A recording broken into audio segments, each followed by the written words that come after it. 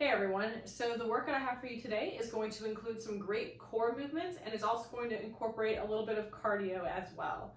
So as you can see from the description, today's workout is going to consist of 5 rounds of 6 different exercises, starting with 15 kettlebell swings, followed by 15 plank up and downs, followed by 20 reverse crunches, and then 20 diagonal knee drivers, followed by 30 jump rope repetitions, and then finally 30 straight leg sit-ups. So we're going to start off with a nice high intensity movement to get the workout started, which is going to be our kettlebell swing. So you'll need a little external resistance for this, whether it comes in the form of an actual kettlebell or a home alternative like a bottle of laundry detergent or a bottle of milk or juice. So just make sure that whatever you use for the kettlebell swing is something that has a handle or something that you can grip, because it'll make it a lot easier to execute this movement properly. So to set up for our kettlebell swing, I'm going to show you from the side. Want to make sure you have a nice tall posture to start. Feet should be slightly wider than hips width apart with toes facing forward. And then what we're going to do first is initiate the movement with a hip hinge to bring the kettlebell or the object through the knees, keeping the back straight. And then on the way up, we're going to pop the hips to bring the kettlebell or the object to an upward trajectory until you reach about eye level. And then you're going to control the descent to bring the object down for the next repetition. So all in all, it will look like this.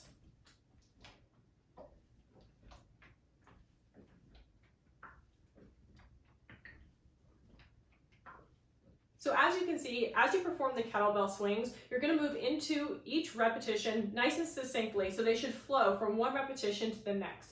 And you want to repeat this in a nice rapid fashion, really forcibly extending those hips on that upward trajectory to not only bring the kettlebell up properly, but also to really facilitate that elevated heart rate and to effectively work your glutes and core. So next we're going to go into our plank up and downs, which is going to be a great core exercise to practice not only core stabilization, but also shoulder stabilization. So we're going to come up to the top of a plank or push-up position with hands aligned under the shoulders and feet hips width apart and the back straight. So from here to drop into our first plank up and down, we're going to lower onto one elbow followed by the other, push one palm into the ground to come back up to the top of the plank position, and then repeat. Down to the ground, up to the palms. And just continue that repetition movement for 15 total repetitions. As you do the plank up and downs, you really want to be mindful to keep your hips as still as possible, even though you're tilting the body to lower it and lift it off of the ground from elbow to palm to really maximize that core control in the movement. So after we've done our 15 kettlebell swings and the 15 plank up and downs, we're going to move into our 20 reverse crunches. So in a reverse crunch position, we're going to be laying flat on the ground. We're going to bring our legs up towards the ceiling. Now, ideally, you want to keep your legs as straight as possible, but if you have tight hamstrings like I do, you'll have a soft bend in the knee. Perhaps even bend them further to a 90-degree angle to modify if you need to. So what you're going to do from here is we're going to contract through the glutes and the lower abdominals to just curl and lift the tailbone off of the ground, bringing the legs a little closer to the ceiling and then lowering back down. So the movement will look like this.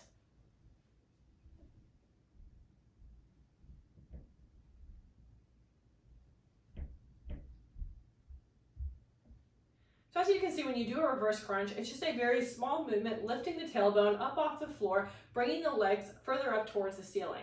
But you're going to get a lot of work out of it for the lower abdominals in particular, as well as those glutes, which are contracting in order to lift your hips and legs up toward the ceiling with each repetition.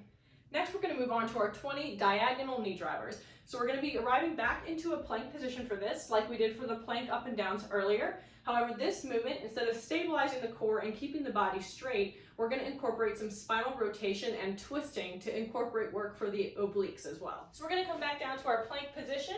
Take one knee at a time, drive it across the body like you're bringing it towards the opposite elbow before planting it back in the starting position. And then you're going to alternate legs for 20 total repetitions.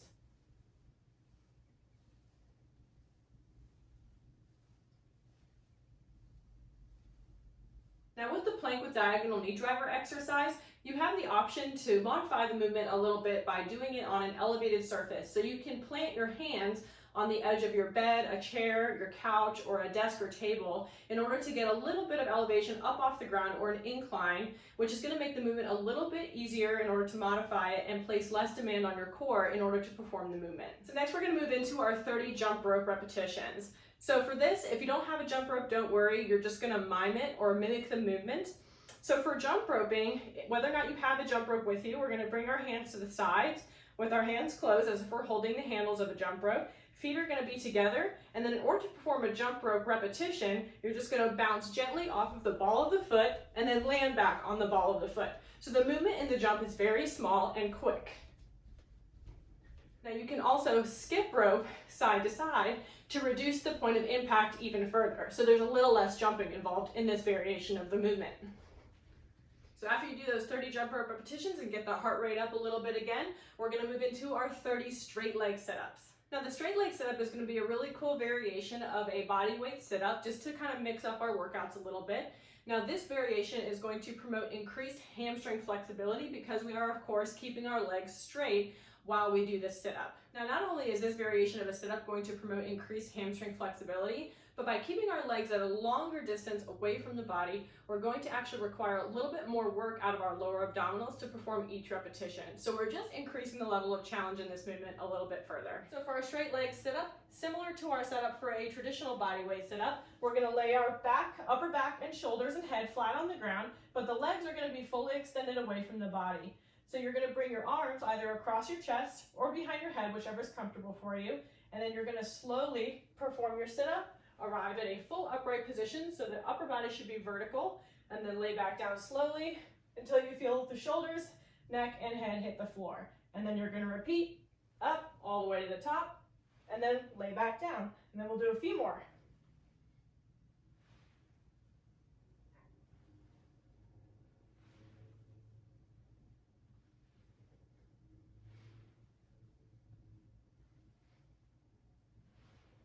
And again, that straight leg sit-up is going to be for 30 total repetitions. Now please be mindful in this sit-up or any other variation of a sit-up, if you do choose to place your hands behind your head, just make sure that you don't pull on your head or neck during any of the repetitions, as this can cause a neck injury. So just be careful to keep your movements nice and controlled. So there you have all 6 movements for today's workout. Now don't forget to accompany this with a nice walk outside, or maybe even go for a little run or add some other form of cardio in just to make your day a little bit more challenging and active for yourself. Have fun.